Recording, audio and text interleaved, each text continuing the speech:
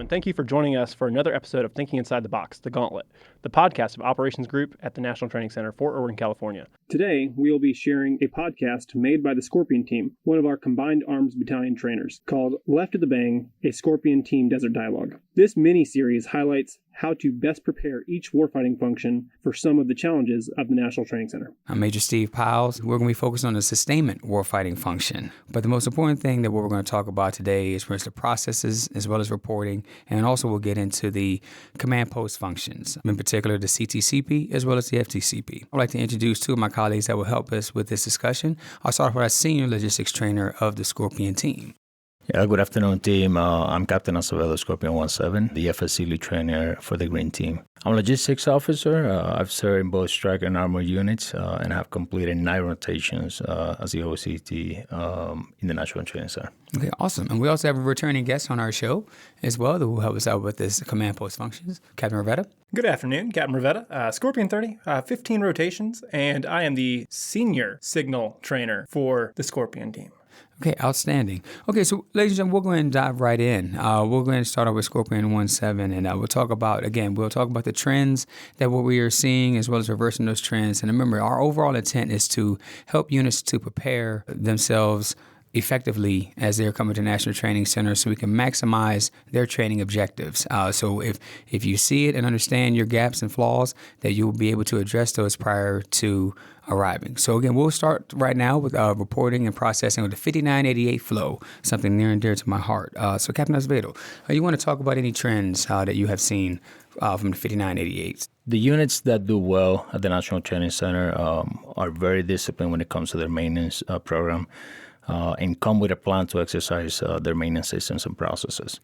Part of that plan is their 5988 echo flow, whether the dispatch cycle is every 48 or 72 hours, before, during, and after PMCS is and should be a part of the crew's daily actions, specifically out here in the harsh desert terrain. How do those 5988 echoes with faults identified get into the maintenance control section for input into the GCSS Army? Whether the transfer happens at the logistics release points, LRPs, via lockback, or the unit possesses the new prognostic and predictive maintenance, the PPMX tablets, there must be a plan and a shared understanding on when and how 5988 echoes are going to flow from the crews to the maintenance control section and the updated ones back to the crews. As we know, a failure in this chain will lead to inaccurate equipment status reports, ESRs, delays in the parts requisition process, and impact the mission and ultimately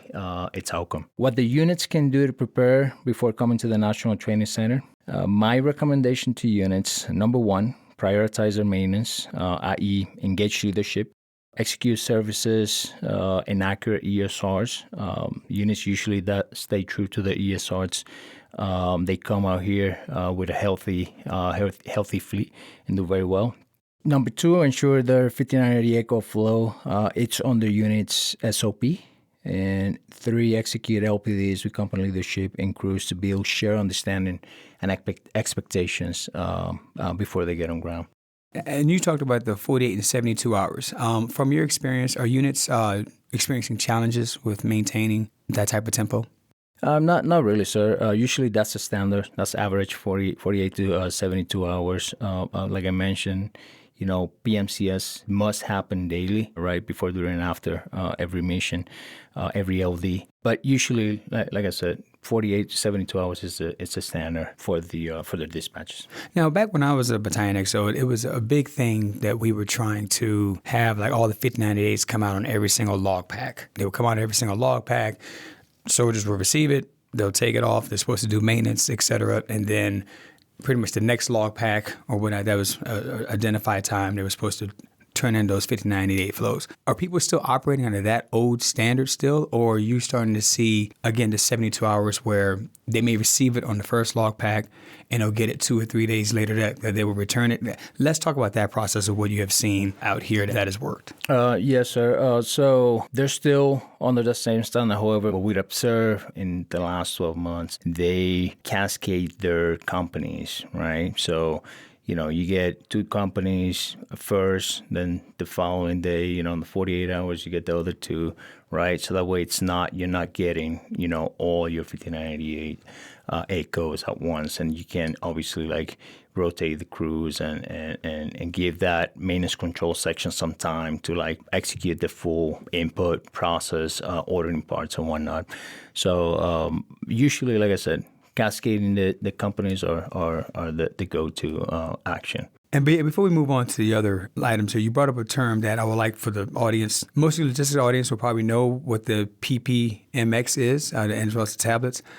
Some old dinosaurs like me have not seen that before. If you want to just quickly describe what the PPMX tablets are and what they provide for. Yeah, essentially, it's a digital system that you can identify faults. It shoots directly into the tablet and essentially cuts that analog process of handing 5988 echoes, the hard copy paper. So it shoots straight into the system, and then the maintenance control section can see the part and update it on GCSO's Army, as well as identify faults for some of the platforms across the fleet. So that sounds like a pretty efficient process compared to the old way of just printing out at one location, bringing on a log pack. It sounds like now they have tried to make that process a little bit more efficient. And is that it is, sir. However, not all the units possess this PPMX tablet. So okay, all right, outstanding. Okay, we'll start with the log stat reporting. We'll move on to log stat reporting. What trends have you seen here in TC as far as log stat reporting, collecting data, etc.? So when it comes to log stats, so accurate and timely log stat submissions are critical for any unit to function properly. When it comes to log stats, among the trends that we've observed out here at the National Training Center are inaccurate log stats formats or incomplete requests. Reports are sent to the S4 outside the unit's required timeline.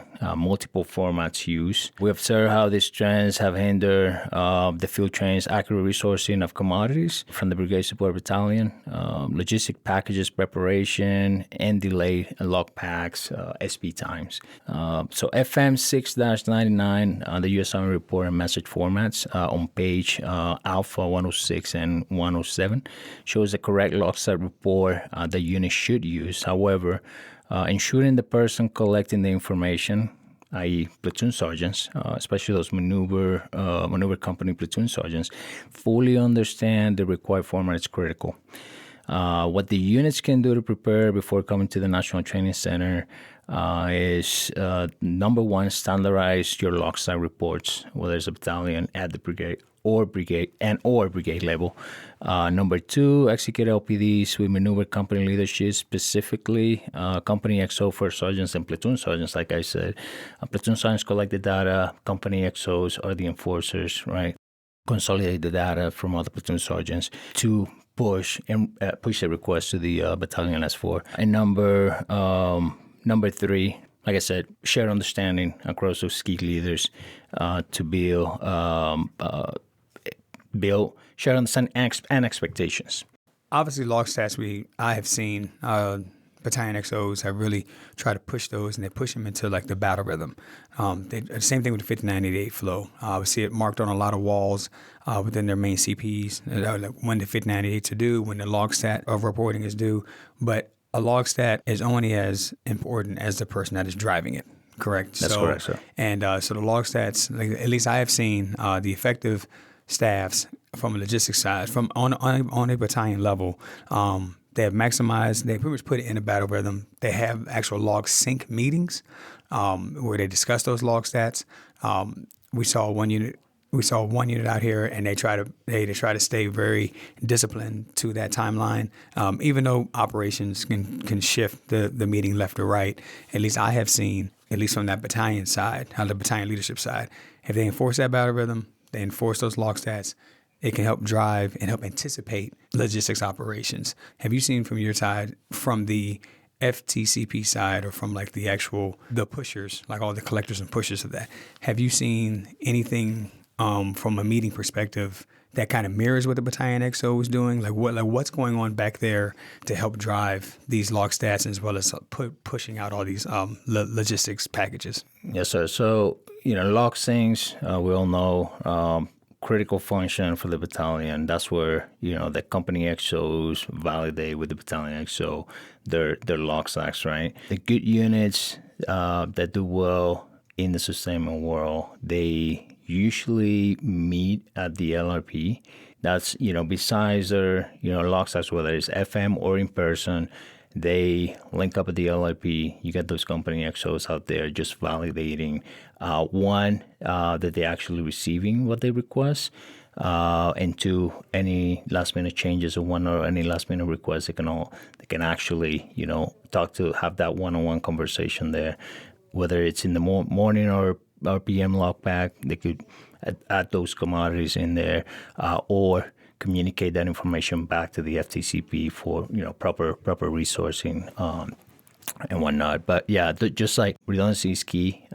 So submitting log stacks, having that log sync to validate those log stacks, and then again showing up at the LRP, having that one-on-one conversation, whether it's dish or PL, whether it's like the MCS or the maintenance tech makes it to the LRP to have that conversation about commodities or maintenance and whatnot. That's critical. So that's what I've observed works best.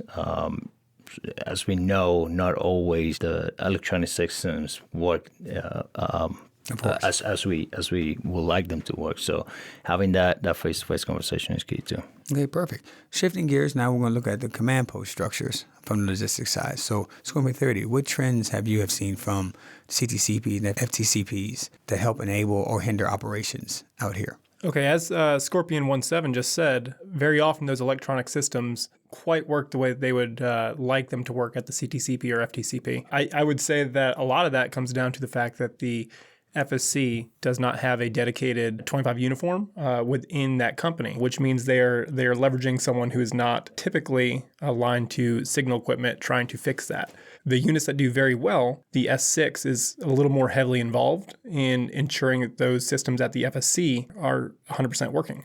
When you do that, you have a more robust communication platform within your CTCP and your FTCP, which then facilitates effective communication across the entire formation, allowing sustainment to flow from the FTCP all the way up to the companies. Okay. Have you got a chance to coach those trends with units that have come to NTC? So honestly, sir, a lot of it is dependent on the battalion and brigade tax op, because every brigade fights so differently. So depending on where you're going to place your FTCP is whether or not you can coach one way or another. We've seen some where all the FTCPs are back at the BSA under the control of the BSB, and that works very well. We've also seen some where the FTCP is co-located with the CTCP. So it's very dependent on the unit. I always do coach that we try to do a little more extra love on those systems at those two command nodes so that we can try to get after what is doctrinally correct. Looking at FM 3-96, the Brigade Combat Team, it outlines a couple key tasks for the CTCP and the FTCP to include track current battle, control sustainment support, coordinate retrograde of equipment personnel. Obviously, all of those require a robust communication suite for those to be able to be operational.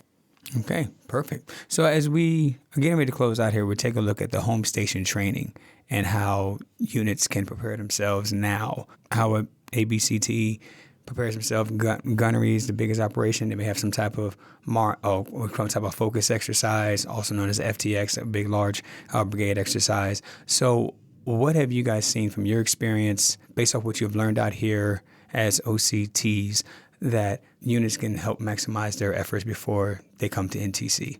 Captain Acevedo, I'll talk with you here about that. Yes, sir. From my perspective, I would say 75% of the unit success out here happens at the home station, right? Preparation, it's key, whether it's focusing on the maintenance, ensuring their fleet, they show up with a healthy fleet before the fleet gets put on the train. Building SOPs, rehearsing those SOPs is critical, especially on the sustainment side of the house. Talk about logbacks, talk about LRP operations, actions at the LRP, time frame at the LRP. So definitely building that SOP, refining it, approving it, and executing, it's definitely key. And I would say, take advantage, of every opportunity, every training opportunity, whether it's during gunnery, whether it's, a range, and exercise those systems, stress those systems. That's how units are going to really know if they're going to have systems in place that are effective before they come out here. So that's what I've seen from my folks also. Scorpion 30. Sir, very similar to what 17 just said, rehearsing everything at home station. So the units that do very well out here will 100% treat it like it's real during their home station training. They will stress both the communication systems of the FSC along with the actual maneuver portion.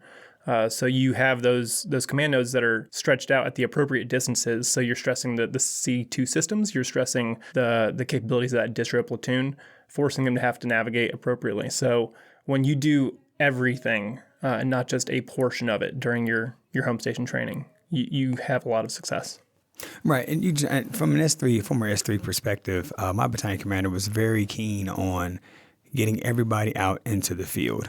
Got it. There's a lot of operations going on back in the motor pool that are very critical. And again, as S3s and XOs, we have to find a way to solve those type of riddles. But just like you said, maximizing your home station, whatever is allowed, getting all of your systems out of the connexes, out into the field at appropriate distances, leveraging the 5988 flow, seeing how it works, as well as the log stat reporting, putting that on a battle rhythm, doing those at those small events such as the gunneries or FTXs, capitalize on those, capture what is working and what is not, and identify gaps. And then that way, when you guys come to NTC, you're just turning on the light switch and you're just operating exactly how you were operating back at home station. People know what they're supposed to do. They know what the way of working is supposed to be, roles and responsibilities, and who is responsible for what type of asset, as well as what type of report and the meaning behind that report in order to keep the operation going. So I really appreciate that. So as we venture into final thoughts, we'll go around the room for any final thoughts that you have before we close. Scorpion 17, you have any final thoughts for the audience? So I would say, reiterating the FM 6-99, that logs are reporting, the answer to the test is there. Just follow that format when it comes to logsat reporting, and then make sure it's standardized across the battalion and the brigade if possible. So that's what I would say. Scorpion 30, any final thoughts for the audience? Sir, 2. 1, come out here and treat it like it's real, and you're gonna see marked improvements while you're out here. And 2, the FSC should 100% be pulling that S6 in and forcing them to work for them to make sure that all systems are 100% FMC before even starting your home station training. Outstanding. For me, for the final thoughts for the battalion staff, as a former driver of the staff, just like I said, yes, treating it like it's real, but most importantly, get your systems in place, even at your smallest level events, whether it is a gunnery range or whether it's a small situational training exercise or some type of FTX, or just even a small event that allows that efficient flow of reporting from the companies to the battalion, so we can understand needs and anticipate needs, so that way we can help solve and get left of the actual bang, as we always say, so that we can try to prevent problems. Solving problems is what we do every day, but we definitely become masters when we start to prevent problems. So in closing, just like I said, as we close out episode 2, really appreciate everybody's attention and as well as consideration, as well as my 2 esteemed colleagues here helping us out today, talking about the warfighting function of sustainment. But again, these discussions that we're having are supposed to generate the discussions back at your home station, as well as facilitate awareness of the systems that you currently have in place, help you identify your own gaps and fulfill your training needs now, so that way we can help maximize your training objectives as you venture here to the National Training Center, because we want to make sure that you guys are all successful in your follow-on operations. As always, our observer coach trainers are here to assist units. I invite you to look at our Mill Suite page for the latest products from Operations Group and subscribe to our Operations Group Tech Talks on YouTube for short lessons on successful techniques. Thank you for listening to Thinking Inside the Box, the Gauntlet, the podcast of Operations Group at the National Training Center.